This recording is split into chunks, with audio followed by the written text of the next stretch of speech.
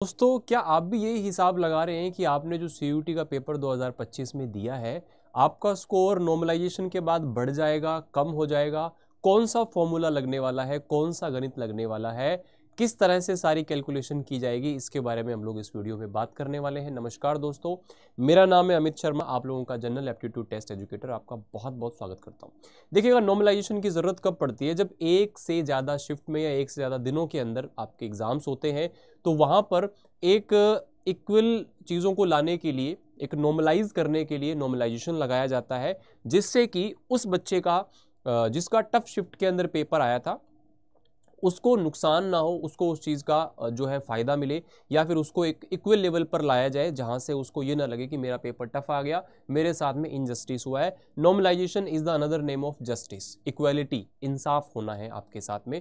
But इसको कैसे use किया जाता है? कोई भी शिफ्ट टफ या हार्ड कैसे हो सकती है? क्योंकि हर बच्चे को यही लग जाता है कि मेरे शिफ्ट में तो टफ क्वेश्चंस आए थे, मुझे हार्ड मिला है। या फिर 3 जून वाले जो बच्चे हैं उनको तो बहुत सारा टाइम मिल गया, 13 मई को जिनका पेपर था उसके बाद 20 दिन एक्स्ट्रा मिल गए। तो इन सारी चीज़ों का निपटारा करने के लिए ही नॉर्मलाइजेशन को एक प्रॉपर पैनल होता है, जिसके अंदर स्टैटिस्टिकल इन्वेस्टिगेटर्स होते हैं, ऑफिसर्स होते हैं, उसके जो पूरे के पूरे सिस्टम के लोग होते हैं, जो कि स्टैटिस्टिकल डेटा के प्रोफेसर्स होते हैं, वो लोग मिलकर के इस चीज़ पे काम करते हैं, फॉर्मूला पे काम करते हैं। और एक फॉर्मूला जो ऑलरेडी बना हुआ है, एनटीए ने दिया हुआ है, उसको यूज़ करके वो बताया जाता है कि कैसे कैसे चीज़ें आपके साथ में होने वाली है। देखो, जो आपको नंबर एनटीए दे देगा नॉर्मलाइज करने के बाद में, वो आपका नंबर जो स्कोर है वो कंसीडर किया जाएगा आपकी यूनिवर्सिटी के प्रोसेस के लिए। अरे आप उसको चैलेंज नहीं कर सकते हो, कम ज़्यादा नहीं करवा सकते हो, लेकिन फिर भी आप अपने मन की शांति के लिए इस फॉर्मूले को समझ लीजिए। अगर आप एक बार कोशिश करेंगे तो हो सकता है कुछ बातें आपको पता चल जाए इसके बारे में, है ना। और ये भी आप लोग श्योरिटी के साथ कह सकते हो कि आपको जो भी नॉर्मलाइज स्कोर मिलेगा वो प्रॉपर डिफिकल्टी लेवल का एनालिसिस करने के बाद में, मल्टीपल शिफ्ट और मल्टीपल सब्जेक्ट्स का एनालिसिस करने के बाद मिलेगा। तो आपको उसके अंदर घबराने की जरूरत नहीं, आपके साथ में जस्टिस ही होगा। ठीक है, टफ शिफ्ट आई थी तब भी, आसान शिफ्ट आई थी तब भी, आपको इक्वल लेवल पर लाया जाएगा, इस चीज़ के लिए कोशिश की जाती है।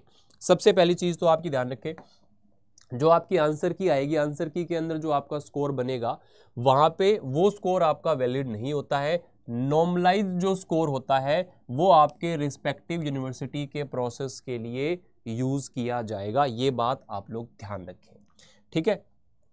अब ये सारी कहानी का सार ये है कि normalization is used to make scores from different exam sessions shifts comparable, compare किया जा सके, specially when the exam is conducted in multiple shifts.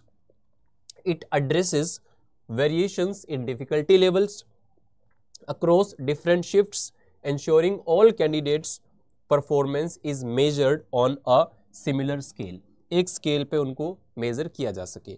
अब इसका क्या फंडा होता है, किस तरह से ये काम करता है, मैं आपको इसका एक जो क्या बोलते हैं, एक मोटा मोटा उदाहरण जो है, एग्जाम्पल जो है, मैं आपको समझा देता हूँ किस तरह से। देखो, जो मेथड यहाँ पे एनटीए यूज करता है उसको बोलते हैं इक्वी परसेंटाइल मेथड।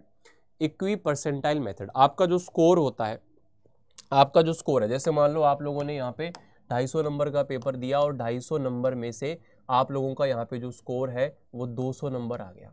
अब ये 200 नंबर जो है इसको हम क्या बोलते हैं, रॉ स्कोर बोलते हैं। अब इस रॉ स्कोर से नॉर्मलाइज्ड स्कोर बनने की एक प्रक्रिया होती है, जिसमें कई प्रकार के फॉर्मूले काम करते हैं, कई प्रकार की कैलकुलेशंस काम करती हैं। तो इसको सबसे पहले क्या किया जाता है, परसेंटाइल में चेंज किया जाता है। परसेंटाइल में चेंज करने का जो फॉर्मूला है वो ये होता है कि जैसे मान लो 200 नंबर है, तो 200 नंबर या 200 से कम नंबर जितने बच्चों के आए हैं उसको यहाँ पर लिखा जाएगा, अपॉन में टोटल जो अपीयर्ड स्टूडेंट्स हैं जिन्होंने पेपर दिया वो यहाँ आएगा, इनटू में 100 आएगा। इससे आप लोगों का परसेंटाइल बनाया जाएगा हर बच्चे का। जैसे जीएटी का अगर मान लो निकालना है आपका नॉर्मलाइज स्कोर, तो उसके लिए हर बच्चे का परसेंटाइल स्कोर सबसे पहले निकाला जाएगा। रो स्कोर काम नहीं आता है, परसेंटाइल बनेगा। उसके बाद में सारे के सारे जो शिफ्ट्स है, जिन जिन बच्चों का जिस जिस शिफ्ट में पेपर हुआ उन सबका परसेंटाइल निकलेगा। फिर उन परसेंटाइल को ऊपर से नीचे के क्रम में अरेंज करेंगे, है ना। फिर उसके बाद में सारी प्रक्रिया क्या होती है मैं आपको दिखाता हूँ। सबसे पहले तो आपको यहाँ पर बोला गया कन्वर्ट रो स्कोर इनटू परसेंटाइल। परसेंटाइल, ठीक है। ठंडे दिमाग से सोचना, एक पानी की बोतल आप अपने पास लेके बैठ सकते हो ताकि आपका माथा गर्म ना हो, ये सब समझते समझते, लेकिन फिर भी आप अपने मन की शांति के लिए सारी कहानी समझ लो। Percentile are calculated separately for each shift, हर शिफ्ट के लिए जो परसेंटाइल है वो कैलकुलेट किया जाएगा। Record the number of candidate who have appeared in the shift, सबसे पहले कितने नंबर टोटल इसमें अपीयर हुए, n।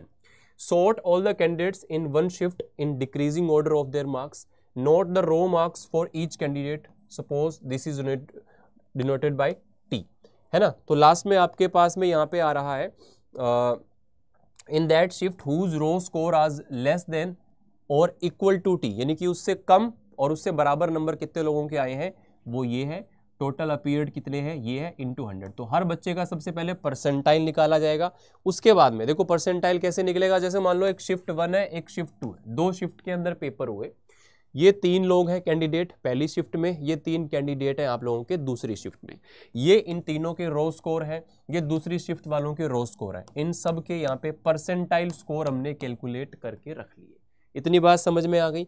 इसके बाद में क्या हुआ, आप इन सभी परसेंटाइल स्कोर को डिक्रीजिंग ऑर्डर में, यानी कि 100 परसेंटाइल वाला सबसे ऊपर, फिर 99, फिर 98 वाले सपोज 2 है तो 2 आ गए, फिर 97, इस तरह से डिक्रीजिंग ऑर्डर में। सबसे ज्यादा परसेंटाइल आए इसके, ये कैंडिडेट ई है, फिर इसके आए, इन दोनों के सेम आ गए तो सेम लिख दिया। इस तरह से डिक्रीजिंग ऑर्डर के अंदर हमने परसेंटाइल लिख दिए। अब जैसे मान लो ये कैंडिडेट ए है, इसका पहली शिफ्ट में पेपर हुआ था, दूसरी शिफ्ट में इसका पेपर नहीं हुआ था, ये ब्लैंक है, यहाँ पे खाली है। भाई एक बंदे का एक ही शिफ्ट में पेपर होगा ना, इसका इस शिफ्ट में हो गया है ना, इसका मान लो यहाँ पे जैसे मैंने बी का देखा, इसमें हो गया, इसमें नहीं हुआ, तो जिस जिस शिफ्ट में पेपर हुआ था वो लिख दिया, लेकिन बाकी के जो शिफ्ट वाले पोर्शन है वो खाली होंगे, ये जो ब्लैंक नंबर्स है ना ये ब्लैंक होंगे।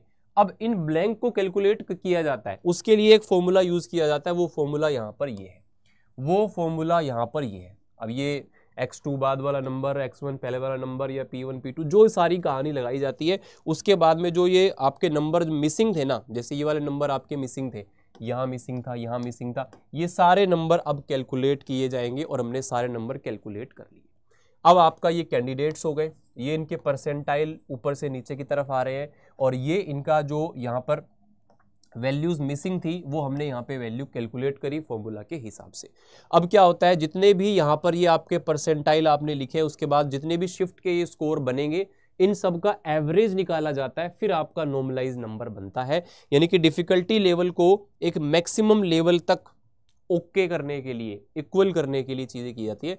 तो जितने भी calculation of the normalize score कैसे होगा, लास्ट के अंदर जितने भी यहाँ पर ये आपके वैल्यूज आपने कैलकुलेट किए हैं रो स्कोर वाले, इन सबको एवरेज निकालेगा और फाइनली आपका नॉर्मलाइज स्कोर यहाँ पे बनेगा। तो पूरा प्रोसेस क्या था, ये कैंडिडेट्स हैं, ये सबसे ज़्यादा परसेंटाइल है, उसके नीचे की तरफ जा रहा है, ये जो इनके स्कोर्स हैं यहाँ पे जो जो हमने कैलकुलेट कर लिए। अब जैसे ये कैंडिडेट ई है, तो इसके अलग अलग शिफ्ट के अंदर अगर वो बैठता तो उसका स्कोर कितना बनता, जिस शिफ्ट में वो नहीं बैठा था उसमें भी कितना स्कोर उसका बनता, वो एक फॉर्मूले के हिसाब से कैलकुलेट किया गया और फिर उन सब का एवरेज निकाला गया। मान लो यहाँ पे 2 शिफ्ट हैं तो दोनों का एवरेज निकाल दिया, फिर इन दोनों का एवरेज निकाल दिया हमने, अगर 3 शिफ्ट हैं तो 3 का, 20 शिफ्ट है तो 20 का, सब का एवरेज निकाल के फाइनल आपको नॉर्मलाइज स्कोर निकाल करके दिया जाता है। मैं अगेन आपको एक बात बार बार यहाँ पे बोल रहा हूँ कि आप सिर्फ और सिर्फ नॉर्मलाइज स्कोर अपना चेक कर सकते हो, देख सकते हो, नॉर्मलाइज स्कोर आपका बढ़ भी सकता है, कम भी हो सकता है। अगर आपको लगता है कि टफ शिफ्ट के अंदर आया था तो आपको वहां पर प्लस में नंबर मिलेंगे। हो सकता है कि एक शिफ्ट के अंदर किसी के 250 में से 230 नंबर है, नॉर्मल शिफ्ट थी। एक हार्ड शिफ्ट में 190 नंबर किसी के आए हैं तो वो 190 नंबर भी 230 के बराबर हो जाएंगे। ठीक है, ये नॉर्मलाइजेशन होता है। और नॉर्मलाइजेशन में हार्ड और टफ शिफ्ट का फिर बता दूं, एक मतलब प्रॉपर तरीके से एनालिसिस किया जाता है कि एवरेज स्कोर क्या रहा है उस शिफ्ट का, मिनिमम स्कोर क्या गया है, मैक्सिमम क्या गया है, उन सब चीज़ों से आइडिया लगाया जाता है कि टफ शिफ्ट कौन सी है, हार्ड कौन सी है, डिफिकल्टी लेवल के हिसाब से, है ना। ऐसा नहीं है कि मुझे तो ये शिफ्ट टफ लगी है, मेरा तो बढ़ना चाहिए, मेरा कम, ऐसा कुछ भी नियम नहीं है। जो स्कोर आपको दे दिया जाएगा एनटीए द्वारा, आपको प्रसाद समझ के ग्रहण करना है, इससे ज़्यादा आप वहाँ पे कुछ भी नहीं कर पाएंगे। तो मैंने सारी चीज़ें आपको समझा दी। परसेंटाइल आपने कैलकुलेट किया, the national testing agency calculate a percentile, ये प्रॉपर इन्होंने उसके अंदर नोटिफिकेशन में दिया हुआ है, ये सारी कहानी जो मैंने आपको समझाई है। ठीक है, for each candidate based on their raw score हो गया। उसके बाद में क्या करा, this percentile is then compared to other sessions and then raw scores are converted into common scale. Common scale बनाएंगे। नॉर्मलाइज्ड मार्क्स कैसे बनेंगे, the normalized marks are the final scores used for evaluation, जो कि आप average से यहाँ पे निकालते हो। सपोज देखो, मान लो ये कैंडिडेट्स हैं, है ना, ये आ गया, इसका रो स्कोर 200 है, ये रो स्कोर ऐसे ऐसे, तो इसका रो स्कोर आपने यहाँ पे लिखा, इनके जो परसेंटाइल बने वो आपने यहाँ पे लिख लिए, सब कैंडिडेट्स के परसेंटाइल आपने यहाँ पे लिख लिए। ये दूसरी शिफ्ट थी, इसमें भी रो स्कोर जो आया वो लिख लिया और परसेंटाइल आया वो लिख लिया, इस तरह से लिखा जाएगा। मान लो इसके 200 नंबर थे, परसेंटाइल इसका 100% है, इससे कम कोई व्यक्ति है ही नहीं, तो ये 100 परसेंटाइल हो गया, ठीक है। और इसमें 194 आए हैं सबसे हाईएस्ट इस शिफ्ट में, तो ये इसका 100 परसेंटाइल हो गया, 194 नंबर 100 नंबर के बराबर हो गए एक तरीके से देखें तो। इसके बाद में क्या किया, यहाँ पे जो परसेंटाइल थे सब लोगों के, अब जैसे इसने इस शिफ्ट में पेपर दिया, ठीक है, इस व्यक्ति ने इस शिफ्ट में पेपर दिया, इनमें नहीं दिया, तो ये आप लोगों के फॉर्मूले के हिसाब से जो ब्लैंक नंबर है ना, कि अगर ये दूसरी शिफ्ट में पेपर देता तो स्कोर क्या रहता, उनको कैलकुलेट किया जाएगा। मान लो यहाँ पर पहला व्यक्ति था, 100 परसेंटाइल है, रो स्कोर यहाँ पे अगर 200 है, दूसरी में ये होता, तीसरी में ये, चौथी में, तो सब में जो ब्लैंक नंबर्स थे उनकी शिफ्ट का कैलकुलेशन किया गया। फिर कोई भी व्यक्ति, मान लो ये इसका नंबर निकालना है, तो इसका मान लो एक शिफ्ट में तो पेपर हुआ है, किसी भी शिफ्ट में एक में हुआ होगा, बाकी हमने कैलकुलेट करके निकाला और इन सब का जो एवरेज है वो निकाला जाएगा, तो फाइनली आपके पास में ये आएगा। तो इस तरह से नॉर्मलाइज स्कोर आपके पास में बन करके आते हैं। फिर बता दूं 20, 20, 30, 30, 40, 50 नंबर तक प्लस और माइनस स्कोर हो जाते हैं। सीजीएल के अंदर जब ये हुआ था, एसएससी सीजीएल के अंदर ये हुआ था आई थिंक 2022 में, या ऐसा 21 या 22 में हुआ था शायद, तो वहाँ पे 200 में से 228, 200 में से 235, 245 ऐसे ऐसे नंबर भी बच्चों के आ गए थे। हालांकि इसके अंदर ऐसा उसका अलग सिस्टम था, इनका अलग गणित है, तो यहाँ पर आप लोगों को नॉर्मलाइज स्कोर ये मिलेगा ही मिलेगा, ये बात श्योरिटी के साथ में है।